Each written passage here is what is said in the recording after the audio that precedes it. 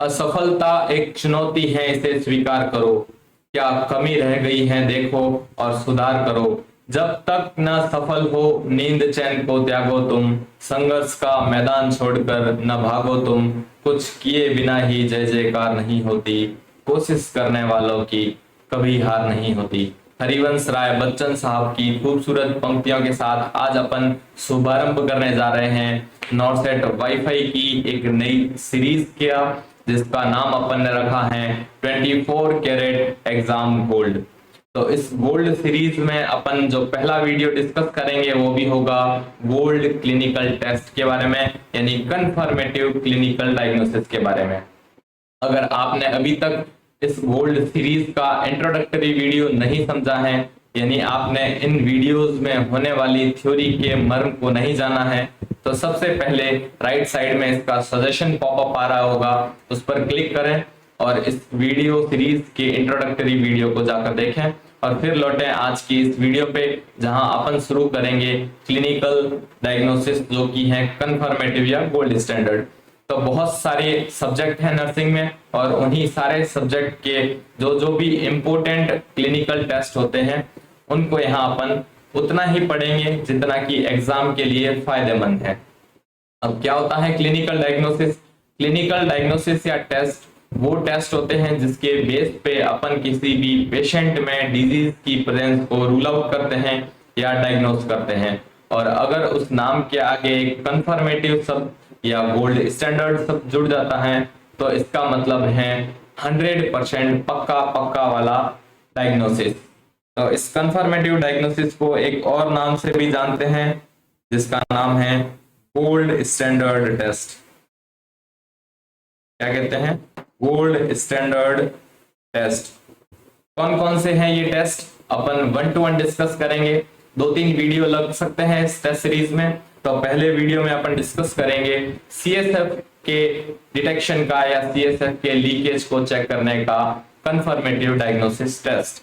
CSF क्या होता है इसका बेसिक इंट्रोडक्शन आप सभी को होगा, ब्रीफ में अपन यहां समझते हैं क्या होता है सीएसएफ। तो ये होता है सेरेब्रो स्पाइनल फ्लूइड, और ये फ्लूइड जो होता है वो कहाँ पाया जाता है? ये होता है ब्रेन और स्पाइनल कॉर्ड में, ब्रेन एंड स्पाइनल कॉर्ड में। कैसा दिखता है ये फ्लूइड? तो ये फ्लूइड जो होता है या अपीयरेंस जो इसकी होती है वो होती है क्लियर और कलरलेस।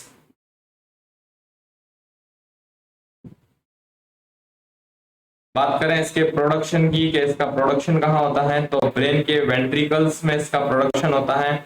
और स्पेसिफिक वेंट्रिकल अगर कोई आपसे पूछे तो उसका आंसर है कोरोइड प्लेक्सस। कोरोइड प्लेक्सस से इसका प्रोडक्शन होता है। अब प्रोडक्शन होता है तो कहीं ठिकाने भी लगता होगा, यानी एब्जॉर्प्शन की अगर बात करें तो इसका एब्जॉर्प्शन जो होता है वो देखने को मिलता है ब्लड स्ट्रीम के अंदर, यानी ये ब्रेन के वेंट्रिकल से बनता है और ब्लड स्ट्रीम में एब्जॉर्ब हो जाता है। अब बात करें इसके डिटेक्शन या लीकेज की, तो सबसे पहले सिनारियो बेस्ड क्वेश्चन इससे पूछे जाते हैं कि किन कंडीशंस में अपन टेस्ट करने वाले हैं। तो सिंपली सीएसएफ अगर ब्रेन और स्पाइनल कॉर्ड में सर्कुलेशन में है तो वो बाहर किस कंडीशन में आएगा? तो ये बाहर आता है आरटीए की कंडीशन में, यानी रोड ट्रैफिक एक्सीडेंट या किसी भी ट्रोमा की कंडीशन में। ट्रोमा या आरटीए की कंडीशन में अगर नोज ब्लीडिंग या फिर ईयर से कुछ डिस्चार्ज देखने को मिलता है तब अपन सस्पेक्ट करते हैं कि सीएसएफ का लीकेज इसमें ना हो, और उस सस्पेक्शन को श्योर करने के लिए जो कंफर्मेटरी टेस्ट होता है उसका नाम है बीटा 2 ट्रांसफेरिन। अब बीटा 2 ट्रांसफेरिन क्या होता है? तो ये बेसिकली एक प्रोटीन होता है जो कि सिर्फ पाया जाता है सीएसएफ के अंदर, यानी ये सीएसएफ का प्रोटीन है, सीएसएफ प्रोटीन। थोड़ी सी मात्रा में ये आई और ईयर के इनर फ्लूइड में भी देखने को मिलता है, लेकिन मोटा मोटी इसकी प्रेजेंस सीएसएफ को ही इंडिकेट करती है। तो बीटा 2 ट्रांसफेरिन की प्रेजेंस क्या है? ये गोल्ड स्टैंडर्ड टेस्ट है किसका? सीएसएफ के डिटेक्शन का या प्रेजेंस का। एक दो बातें और सीएसएफ से रिलेटेड जान लेते हैं कि सीएसएफ का अमाउंट बॉडी में कितना होता है। तो ये देखने को मिलता है 125 टू 150 ml के अराउंड। और CSF का प्रेशर, इससे भी क्वेश्चन पूछते हैं, तो इसका प्रेशर देखने को मिलता है अपने को 5 टू 15 mm ऑफ Hg।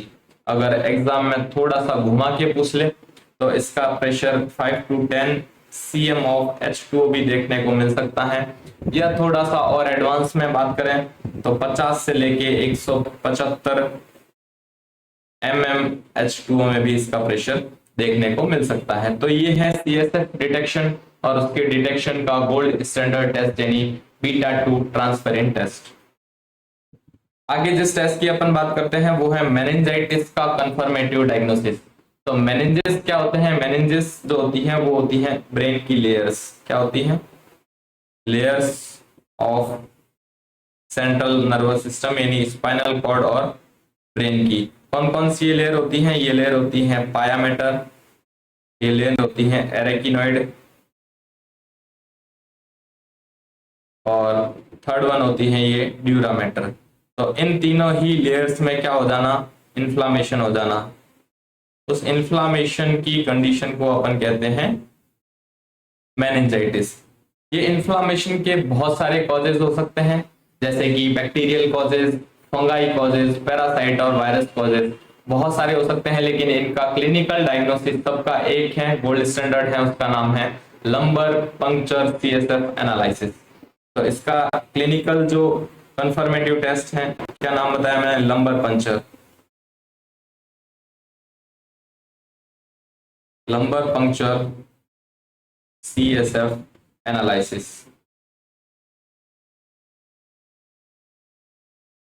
क्या होता है लंबर पंक्चर और कैसे किया जाता है? ये बहुत डिटेल का प्रोसीजर है, इसको अपन यहाँ डिस्कस नहीं करने वाले हैं। थोड़ा सा इंट्रोडक्शन लेते हैं कि लंबर पंक्चर जो है वो L3 एंड L4 के बीच के स्पेस में अपन करते हैं।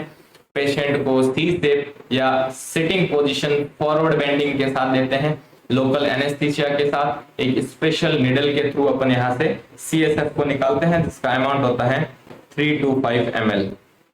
और फिर अपन यहाँ पे CSF का एनालिसिस करते हैं। अब इस CSF एनालिसिस में क्या क्या फाइंडिंग्स देखने को मिलती है? तो इस CSF में फाइंडिंग्स, जैसा कि मैंने आपको बताया, पॉजिटिव एजेंट के अकॉर्डिंग अलग अलग देखने को मिल सकती है। बैक्टीरिया, फंगाई, वायरस और पैरासाइट में ये अलग अलग एनालिसिस देखने को मिलती है। लेकिन मोस्ट जो एग्जाम में क्वेश्चन पूछा जाता है वो है बैक्टीरियल कॉजेस। तो अपन बैक्टीरियल CSF का ही देखते हैं कि बैक्टीरियल मेनिंजाइटिस की कंडीशन में CSF में क्या क्या चेंजेस देखने को मिलते हैं। तो फर्स्ट लास्ट स्लाइड में मैंने बताया था कि CSF जो होता है वो क्लियर और कलरलेस होता है, लेकिन बैक्टीरिया की प्रेजेंस से CSF क्लाउडी नेचर का हो जाता है। तो फर्स्ट जो देखने को मिलता है वो होता है क्लाउडी। अब अगर बैक्टीरिया प्रेजेंट है, इन्फेक्शन प्रेजेंट है, तो इन्फेक्शन के अगेंस्ट बॉडी क्या बढ़ाएगी? WBC। तो इसके अंदर इंक्रीज अमाउंट ऑफ WBC देखने को मिलता है CSF के अंदर, और स्पेशली न्यूट्रोफिल्स। ये भी क्वेश्चन पूछ सकते हैं कि कौन सी WBC स्पेशली बढ़ती है, तो वो होती है न्यूट्रोफिल्स। अब अगर बैक्टीरिया प्रेजेंट है तो उनके भोजन की व्यवस्था भी वहां होगी, तो CSF के अंदर पड़ा ग्लूकोज वो खाते रहेंगे और ग्लूकोज का लेवल कम कर देंगे। तो यहाँ पे ग्लूकोज का लेवल जो है वो डिक्रीज देखने को मिल सकता है। और इसी के साथ ही CSF के प्रोटीन के लेवल में वृद्धि या प्रोटीन का लेवल इंक्रीज देखने को मिलता है। तो ये है सारे के सारे मेनिंजाइटिस को रिवील करने का gold standard test, that is the lumbar puncture CSF analysis. आगे बढ़ते हैं नेक्स्ट डिसऑर्डर की तरफ, that is the iron deficiency anaemia. क्या होता है आयरन डेफिशिएंसी एनीमिया? तो पहला ही क्वेश्चन आता है, this is the most common type of anaemia, most common type among all anaemia. सभी एनीमिया में ये सबसे मोस्ट कॉमन टाइप का होता है, और ये इसकी कमी से यानी आयरन की कमी से देखने को मिलता है। अब इसकी कमी के लिए क्या टेस्ट करते हैं? तो आप कहेंगे कि CBC कर देंगे और एनीमिया के अकॉर्डिंग RBC का लेवल कम देखने को मिलेगा, तो आप गलत हैं। और इसके गोल्ड स्टैंडर्ड टेस्ट में अपन करते हैं सीरम फेरेटिन लेवल का टेस्ट। किसका टेस्ट करते हैं अपन? सीरम फेरेटिन लेवल एनालिसिस करते हैं। अब क्या है ये सीरम फेरेटिन? तो फेरेटिन जो होता है वो एक तरह का प्रोटीन होता है, और ये प्रोटीन क्या काम करता है, ये स्टोर करता है किसको, आयरन को। तो ये आयरन के स्टोर को कम करता है। तो जब स्टोर में आयरन कम होगा, इसका मतलब आयरन का यूज बॉडी ज्यादा कर रही है, इसका मतलब आयरन अगर स्टोरेज में कम है, इसका मतलब आयरन की डेफिशिएंसी है, और आयरन की डेफिशिएंसी से आरबीसी कम देखने को मिलती है, जिसको अपन कहते हैं आयरन डेफिशिएंसी एनीमिया। इसमें आरबीसी का शेप कैसा मिलता है, ये भी क्वेश्चन बहुत इंपॉर्टेंट है। आरबीसी में हाइपोक्रोमिक यानी आरबीसी का कलर कम हो जाता है, और माइक्रोसाइटिक देखने को मिलती है, यानी साइज में छोटी हो जाती है। तो हाइपोक्रोमिक माइक्रोसाइटिक आरबीसी देखने को मिलती है, और ये है गोल्ड स्टैंडर्ड टेस्ट किसका, आयरन डेफिशिएंसी अनीमिया का। अब यहाँ पे मैंने बताया कि सीरम फेरेटिन का लेवल जो है वो कम देखने को मिलता है। तो नॉर्मल सीरम फेरेटिन लेवल कितना होता है, आप इसको भी जान लें। नॉर्मल ये मैन के अंदर देखने को मिलता है 24 से 336 नैनोग्राम पर डेसीलीटर, और फीमेल में ये थोड़ा कम देखने को मिलता है, ये देखने को मिलता है अराउंड 11 टू 300 नैनोग्राम पर डीएल, ये देखने को मिलता है। ये एडिशनल पॉइंट है, आप चाहें तो याद कर सकते हैं, अन्यथा इसकी कोई आवश्यकता नहीं है। आगे बढ़ते हैं एक नई डिजीज की तरफ, that is the myasthenia gravis disease. क्या है ये डिजीज? तो ये बेसिकली एक न्यूरोलॉजिकल डिसऑर्डर है जो कि ऑटो इम्यून टाइप का होता है। तो वर्ड मैंने डिस्कस किए यहाँ पे, सबसे पहला that is the autoimmune, और second one is the neurological disorder. क्या होता है ऑटो इम्यून? तो ऑटो इम्यून एक ऐसी कंडीशन है जब बॉडी अपनी ही कुछ फिजियोलॉजी के अगेंस्ट जो है वो एंटीबॉडीज का निर्माण कर देती है। यानी यहाँ पे माइस्थेनिया ग्रेविस में क्या बन जाती है, ऑटो एंटीबॉडीज, खुद की ही बॉडी के खिलाफ एंटीबॉडीज बनती है, और यहाँ बनती है ये एंटीबॉडीज एसिटाइल कोलिन यानी एसीएच के अगेंस्ट। तो नॉर्मल फंक्शन क्या होता है एसीएच का, और माइस्थेनिया ग्रेविस में ये किस तरह से बदल जाता है? तो एसीएच का नॉर्मल फंक्शन होता है वॉल्यूंटरी मसल्स मूवमेंट को कोऑर्डिनेट करना या स्ट्रेंथ प्रोवाइड करना। क्या होता है इसका फंक्शन? वॉल्यूंटरी मसल मूवमेंट को स्ट्रेंथ प्रोवाइड करना। तो अगर इसके खिलाफ ऑटो एंटीबॉडीज बन जाती हैं तो रिजल्ट देखने को मिलता है, यानी माइस्थेनिया की जो फाइंडिंग्स देखने को मिलती हैं वो होती हैं वॉल्यूंटरी मसल फटीग, यानी वॉल्यूंटरी मूवमेंट जो हाथ पांव अपन हिलाते हैं इसमें क्या देखने को मिलता है, फटीग देखने को मिलता है। अब इसको टेस्ट करने का, इसको रिवील करने का जो गोल्ड स्टैंडर्ड टेस्ट होता है उसको बोलते हैं टेंसिलॉन टेस्ट। क्या कहते हैं अपन, ये स्पेशल टेस्ट होता है और बहुत इजी टेस्ट है, टेंसिलॉन।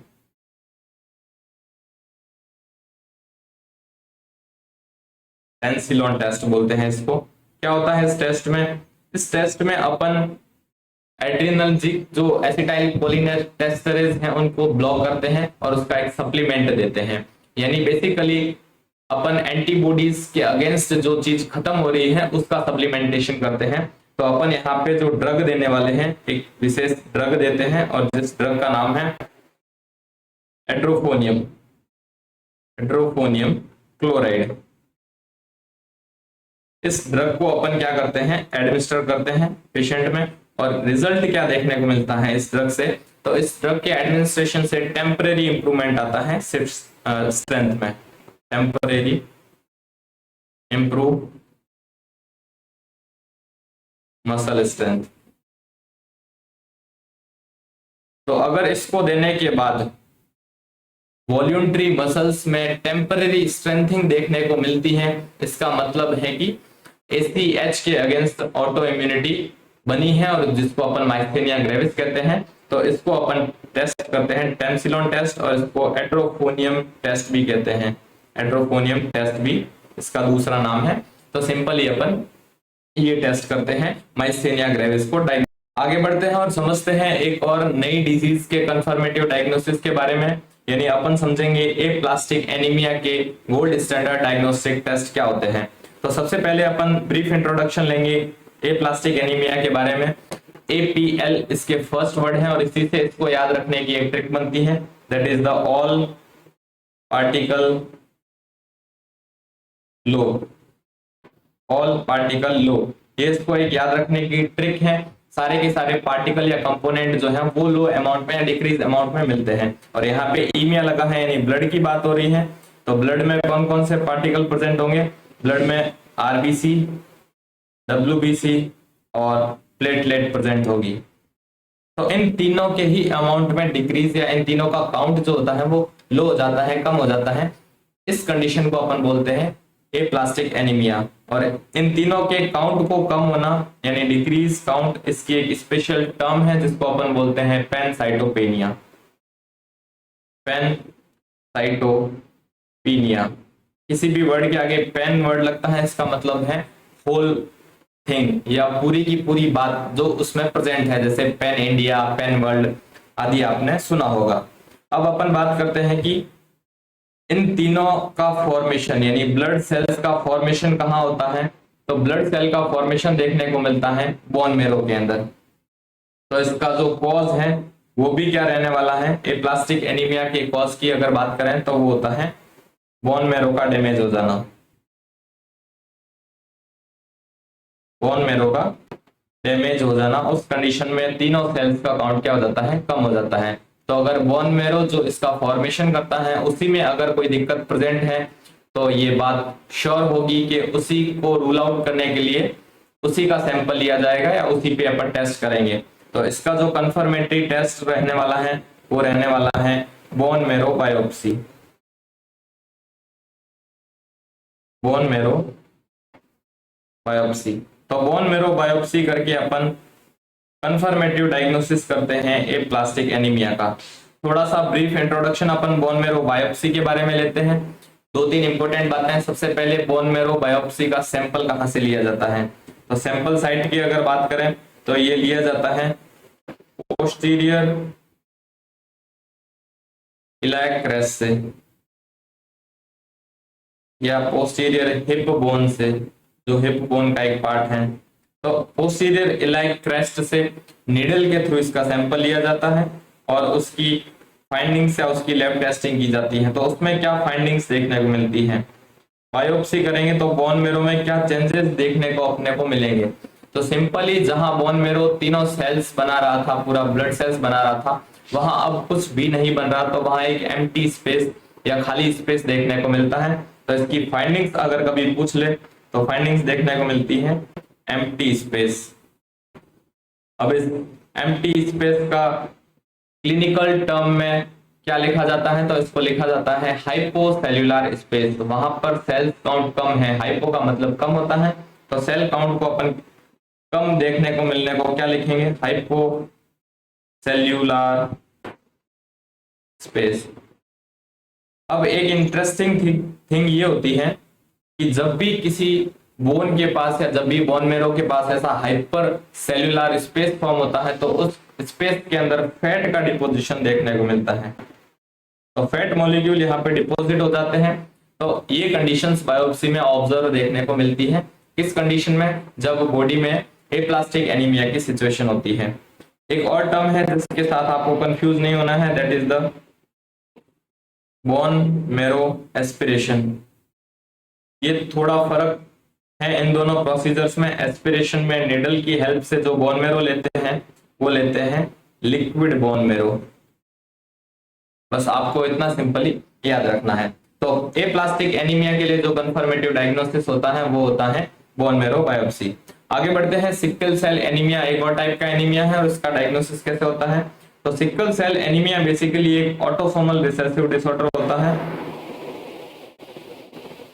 ऑटोसोमल रिसेसिव, ये ऑटोसोमल रिसेसिव टाइप का डिसऑर्डर है और इसमें क्या देखने को मिलता है? आरबीसी की जो शेप होती है वो नॉर्मल शेप से अल्टर्ड होकर सिकल शेप की हो जाती है। तो ये जो शेप है आरबीसी की इसको क्या बोलते हैं, सिक्किल शेप, या हिंदी में इसको हंसाकार आरबीसी भी बोलते हैं। अब इस शेप का चेंज होना, इसको कैसे अपन रूल आउट करेंगे, या सिक्किल सेल एनीमिया में गोल्ड स्टैंडर्ड टेस्ट क्या होगा, तो उस टेस्ट का नाम होता है हीमोग्लोबिन या एचबी इलेक्ट्रोफोरेसिस। अभी इलेक्ट्रोफोरेसिस एक टेस्ट होता है जिसके थ्रू अपन रूल आउट करते हैं कि आरबीसी का शेप जो है वो सिक्किल शेप का हो चुका है। अब ये कैसे किया जाता है थोड़ा बहुत समझ लेते हैं। तो इसमें अपन वीनस सैंपल लेंगे, नॉर्मली वेन ब्लड लेंगे, और उसको अपन कल्चर करवाएंगे एगारोस पे। एगारोस जो मीडियम होता है उस पे अपन क्या करवाएंगे, कल्चर या ग्रो करवाएंगे। फिर अपन इस एगारोस में, जिसमें अपन ने सिक्किल सेल एनीमिया का ब्लड सैंपल लिया हुआ है, उसको अपन क्या देंगे, इलेक्ट्रोफोरेसिस यानी इलेक्ट्रिक करंट। तो उसके थ्रू इलेक्ट्रिक करंट पास करेंगे। अब इलेक्ट्रिक करंट पास करने से क्या चीज देखने को मिलती है, तो जब भी हीमोग्लोबिन के साथ इलेक्ट्रिक करंट पास की जाती है तो अलग अलग शेप का जो हीमोग्लोबिन है वो अलग अलग स्पीड से मूव करता है, यानी हीमोग्लोबिन मूव विथ डिफरेंट